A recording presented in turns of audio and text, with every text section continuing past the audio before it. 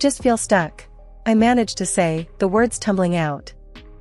Dr. Fisher nodded, jotting down notes. It sounds like you're carrying a heavy load. Let's unpack that together, shall we? As the sessions went on, I found myself telling him things I hadn't even admitted to myself. He never judged, just listened and offered the occasional, or, I see. It was like unclogging years of pent-up fear and sadness. One particular day, I left his office feeling lighter than I had in months. The sun was setting, casting a warm glow on the world. I actually smiled, feeling a flicker of hope. That night, at my small apartment, as I was heating up some canned soup, my phone buzzed. It was a message from Dr. Fisher, something about a follow-up appointment. I stared at the screen for a long moment. This guy was becoming my lifeline, and part of me hated that I needed him so much. The days turned into weeks, and before I knew it, 2 years had passed since I first stepped into Dr. Fisher's office. I started feeling like I could breathe again without a boulder pressing on my chest. I even managed to laugh genuinely at a joke Jess made. It was during one of these lighter moments that my phone rang. It was an unknown number, but I picked it up anyway. "Hello, Sherry, it's Dr. Fisher," the voice on the other end said. I was taken aback. "Dr. Fisher? Is everything okay?" I asked, a hint of worry creeping into my voice. Yes, everything's fine. I was calling to discuss your progress and, perhaps extend an invitation, he said, a nervous chuckle following his words. An invitation? I echoed, curiosity piqued. Yes, I thought, perhaps, we could meet for a coffee, outside the office. You've made tremendous progress, and I think it might be beneficial to see things from a new perspective, he suggested. I paused, chewing my lip. This was uncharted territory. Isn't that, like, against some rule or something? I finally asked. There was a brief silence. Well, you're not my patient anymore. I thought it might be nice to catch up in a more relaxed setting, he replied. Something about the way he said it made me agree. Okay, sure, coffee sounds nice, I said, trying to ignore the flutter in my stomach. We met at a local cafe the following Saturday. It was weird seeing him outside the office, in jeans and a casual shirt. He looked normal, almost like a different person. You look well, Sherry, he said as he greeted me with a warm smile. Thanks, Dr. Fisher. I feel better too, I replied, tucking a loose strand of hair behind my ear. Please, call me Robert. We're not in the office now, he said with a light laugh. I nodded, feeling a bit awkward. Okay, Robert. The conversation flowed surprisingly easily. We talked about everything and nothing. He told me about his love for hiking and how he always wanted to visit the Grand Canyon. I shared my newfound love for painting, a hobby I took up as a form of therapy. As we sipped our coffee, he leaned in, his eyes serious, but kind. Sherry, I've seen you grow and overcome so much. You're incredibly strong, you know that? I blushed, unaccustomed to such direct praise. Thanks, I guess I had a good therapist, I replied with a small smile. He chuckled. Well, I can't take all the credit. You did the hard work. The cafe began to empty as we continued talking, oblivious to the time passing. It was only when the waiter came to clean up that we realized hours had flown by. Guess we better head out, I said, feeling a twinge of disappointment. Robert stood up, offering a hand to help me up. Sherry, I've enjoyed this more than I thought. Would you be interested in doing this again? Maybe dinner next time? I hesitated, a mix of excitement and caution swirling inside me. But looking into his sincere eyes, I found myself nodding. Yeah, dinner sounds great. The initial charm of our dinners and casual meetups quickly turned into a full-blown romance. Before I knew it, Robert and I were inseparable. He was attentive, caring, and always there to lend a hand, especially with Grandma's situation. I thought I'd hit the jackpot, that my life was finally taking a turn for the better. But after the wedding, the man I married started to change, or maybe his true colors began to show. It started subtly. He'd make comments about my friends, "You're better off without them," or "They don't really care about you." At first, I brushed it off as overprotectiveness, but then it got worse. He became possessive, needing to know where I was every minute of the day. His control seeped into every aspect of my life. He insisted I quit my job, saying he didn't want me to stress about work. "You don't need to work. I can provide everything. Trust me, Sherry," he'd say, his voice firm. But it wasn't about the money. It was about freedom, about having something that was just mine. Yet, I found myself nodding along, resigning from my job, and becoming entirely dependent on him. That was his plan all along. Then came the isolation. He'd check my phone, monitor my calls and texts. "Who are you talking to? Why are you laughing? Tell me," he'd demand, his eyes wild with an unsettling intensity. "It's just Jess, you know her," I'd stutter out, feeling like a child caught in a lie. He'd snort. "Jess, huh? She's no good for you. I don't want you talking to her anymore." It was insane. I felt like I was losing my mind. One day, I couldn't take it anymore. I confronted him, my voice shaking but loud. "I can't do this, Robert. I can't live like you're my warden. I need my life back." He just laughed, a cold, heartless sound that echoed through the house. "Your life? Sherry, your life is with me now. And if you even think about leaving, what about your grandmother? Without me, she's back on the streets. Remember that." I was trapped. Every time I thought about standing up to him, about leaving, the image of my sweet, confused grandma being thrown out of the care facility would stop me dead in my tracks. I was caught in a web of his making, every move calculated to keep me under his thumb. Nights became my only solace, the only time I could cry without fear of reprimand. I'd lay in bed, the man I thought I loved snoring next to me, and wonder how I got here. How did the charming, caring man I married turn into this monster? I realized too late that the signs were there from the beginning. His need for control, his dismissal of my friends, his insistence on me quitting my job. I was blinded by the need for love, for someone to care.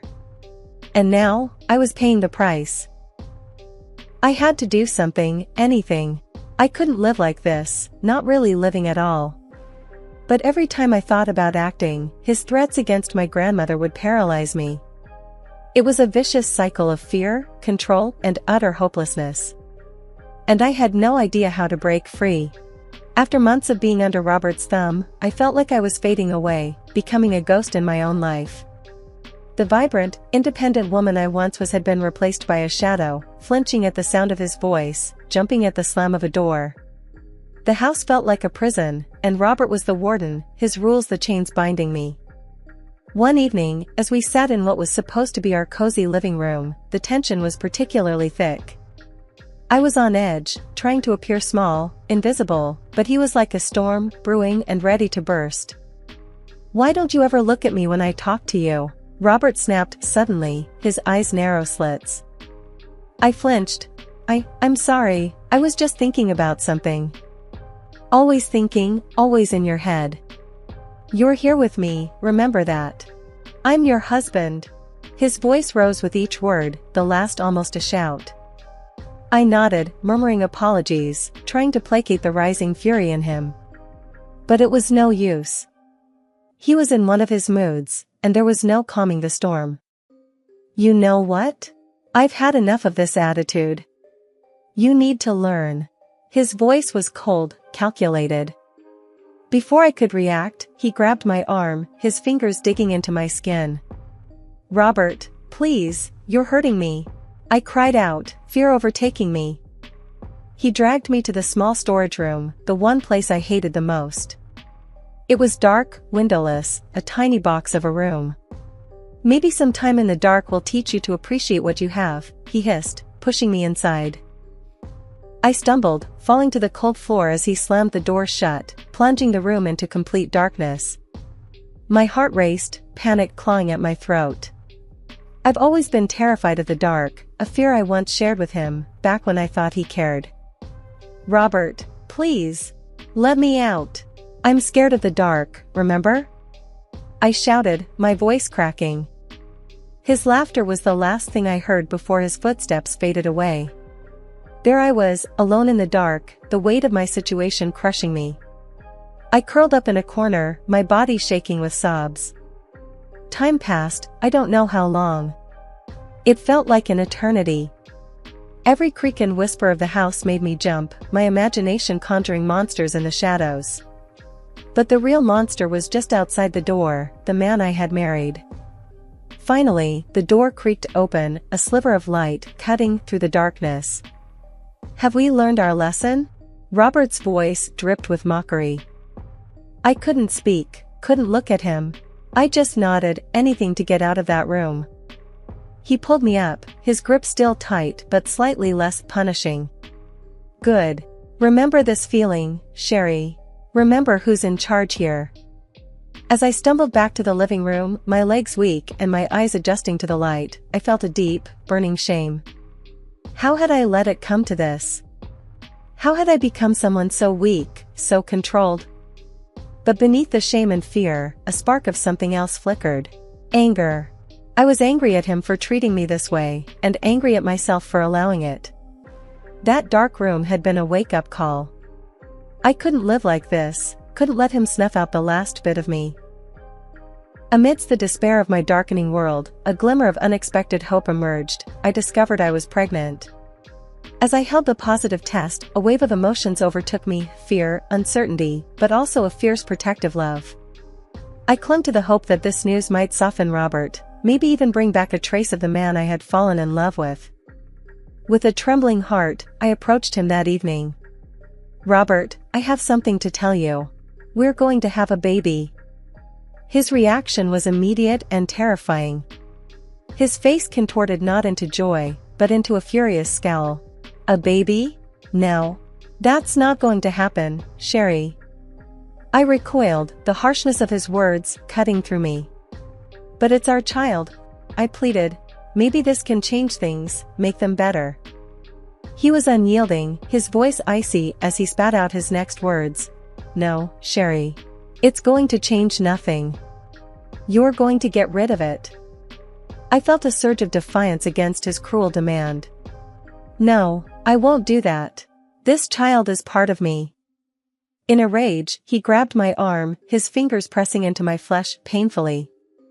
"You don't understand, do you? You're mine, everything you have is mine. Your fears, your body, your future." I struggled, but he was too strong. "Robert, please, let me go." Instead of relenting, he dragged me to a small, locked room in the back of our house, a place he knew I avoided at all costs. The room was dark, damp, and crawling with spiders, my deepest, most paralyzing fear. With a shove, I was inside, the door slamming shut behind me. The sound of the lock clicking was like a death knell. My heart raced, and I could hear the skittering of spiders in the darkness. I was trapped, the small space closing in on me, the creeping terror of the spiders consuming me. "Let's see how long your maternal instincts last now," he taunted from the other side of the door. I screamed, pounded on the door, but it was useless. The hours stretched on in that dark, horrifying space. My mind raced with fear for myself and my unborn child. How could I bring a life into this nightmare? Eventually, the door opened. Robert's silhouette filled the doorway, a smirk on his face. "Well, have you thought it over? Will you get rid of the problem now?" Weak, terrified, but resolute, I whispered through my tears, "No." That defiance cost me dearly. He left me there longer, the spiders, my only company. The last thing I remember is falling to the floor and fainting. Waking up in the sterile white of the hospital room, I was momentarily disoriented, the beeping machines and four-line foreign intruders in my muddled consciousness. Memories flooded back, Robert, the spiders, the darkness, and a shudder rippled through me. But amidst the fear, a new sensation bubbled within me, the fierce, protective love for the tiny life growing inside me. I knew I had to act, not just for me, but for my unborn child. As soon as I was alone, I carefully pulled out the phone I had hidden away and dialed my cousin, Mark, who worked in the FBI. His voice was a lifeline as I whispered my situation, each word a mixture of fear and hope. "Mark, it's Sherry. I need help. It's Robert. He's..." My voice broke, the reality of it all threatening to overwhelm me. "Sherry, slow down. Tell me everything." Mark's voice was calm, steady. I recounted everything, each word lifting a bit of the weight off my shoulders. Mark's responses were terse, professional, but underneath I could hear the undercurrent of rage. "Sherry, listen to me. I'm going to help you. We're going to get you out of there, but you need to be strong a little longer. Can you do that?" he asked. I nodded into the phone, a silent promise to myself and my baby. "I can, Mark. I have to." "Good. I'm going to make some calls. We'll act fast. Just hang tight and don't do anything to arouse his suspicion," he instructed. I agreed, the plan forming a fragile lifeline in the chaos. The rest of my hospital stay was a blur of doctors and whispered phone calls, each moment stretching into eternity as I awaited my release. When the day finally came to return home, a heavy dread settled over me. The house that once promised love and safety now loomed like a monster, its walls surely echoing with the screams and tears of the past months. Robert was waiting, his presence filling the room like a dark cloud. I braced myself for the confrontation, the culmination of all the fear and resolve that had been building inside me. "Sherry," Robert began, his voice eerily calm. "You're back. How was the hospital?" I kept my voice steady, masking the storm of emotions within. "It was fine. I'm feeling better," I lied, meeting his gaze with a feigned calmness. He circled around me, like a shark sensing blood in the water. Good, because we need to talk about the situation." His eyes flicked down to my still flat stomach, a sneer curling his lips. I clenched my fists, feeling the baby stir within me. "There's nothing to talk about. I've made my decision." Robert's face twisted into a mask of fury. "Your decision? You think you have a choice here?" I swallowed hard, standing my ground. "Yes, I do. This is my body, my child. I won't let you control me anymore." His laugh was cold, devoid of any real humor. "Oh, Sherry, you never learn, do you? I always have control. Always." But this time was different. I had a plan, a lifeline. I just needed to bide my time, play along until I could make my escape. "I'm tired, Robert. I'm going to bed," I said, turning to leave the room. He grabbed my arm, his grip like iron. "You're not going anywhere until we settle this." That's when the front door burst open, the sound echoing like a gunshot through the house. Police officers streamed in, their badges glinting, their faces set in grim determination. "Robert Fisher, you're under arrest for the abuse and unlawful imprisonment of Sherry Fisher," one of the officers announced, his voice cutting through the tension like a knife. Robert's face went white, his grip on my arm loosening in shock. "This is ridiculous. She's my wife, she's lying." But I wasn't alone this time. Mark strode in behind the officers, his face a mask of brotherly fury. "No, Robert. You're the liar. We have everything. The recordings, the testimonies. It's over." Robert's eyes darted around, looking for an escape, but there was none. The officers handcuffed him, reading his rights as he continued to splutter denials and threats. As they led him away, his eyes met mine one last time, a mixture of disbelief and rage. But I didn't cower this time. I met his gaze squarely, the fear inside me replaced by a burning sense of justice. After the chaos had died down, Mark came over to me, his expression softening. "Sherry, are you okay?" I nodded, feeling the tears well up. "Yes, I think so. Thank you, Mark. Thank you for everything." He hugged me tightly, a protective brotherly embrace. Always, Sherry. Always. The house felt eerily quiet after they left, the shadow of Robert's presence still lingering in the corners. But as I sat there, alone yet free, I felt a sense of peace I hadn't known in years. The confrontation had been terrifying, but it was the first step towards a new life for me and my child. The world seemed brighter, the air fresher, as I stepped into my new life. The chains of fear and control were finally broken, leaving behind a path paved with hope and the promise of a new beginning. With Robert now facing the consequences of his actions, I could finally breathe, finally plan for the future I wanted for me and my baby. I moved back into my old apartment, the familiar walls a welcome embrace. It needed a bit of work, a touch of paint here, a new picture there, but it was mine. As I unpacked a box of old photos and trinkets, a knock came at the door. Opening it, I found Jess, her face breaking into a wide grin. "Sherry! Look at you, free and radiant as ever." I laughed, the sound light and genuine. "Jess, come in. I've missed you." We sat down, surrounded by half-unpacked boxes, a pot of coffee between us. "So, what's the plan now?" Jess asked, her eyes shining with excitement. I took a deep breath, feeling the weight of her question. "First, I'm going back to work. I need to find my feet again, you know? And then I'll focus on being the best mom I can be." Jess reached over, squeezing my hand. "You're going to be amazing, Sherry. And hey, if you need anything, you know I'm here, right?" I nodded, the lump in my throat making it hard to speak. "I know, Jess. Thank you." As days turned into weeks, I found a rhythm to my new life. I returned to the library, the books and quiet a comforting presence.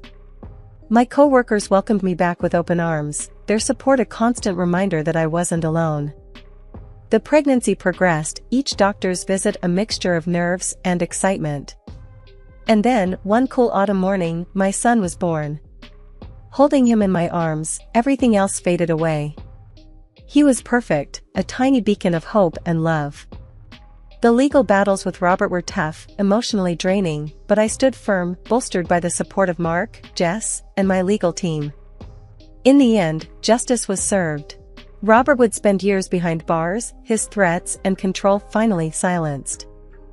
I received a settlement, a sum that secured a comfortable future for my son, my grandmother and me. But more than the money, it was the freedom it represented that mattered. I was no longer bound to a man who saw me as nothing more than an object to control. I was free. As my son grew, so did I. I learned to trust again, to laugh without reservation, to love without fear. I made new friends, reconnected with old ones, and found joy in the little things. One day, as I watched my son play in the park, a thought struck me. "We did it, little one. We're really doing it," I whispered, tears of happiness glimmering in my eyes. He looked up, his little face breaking into a smile, and for a moment, everything was perfect.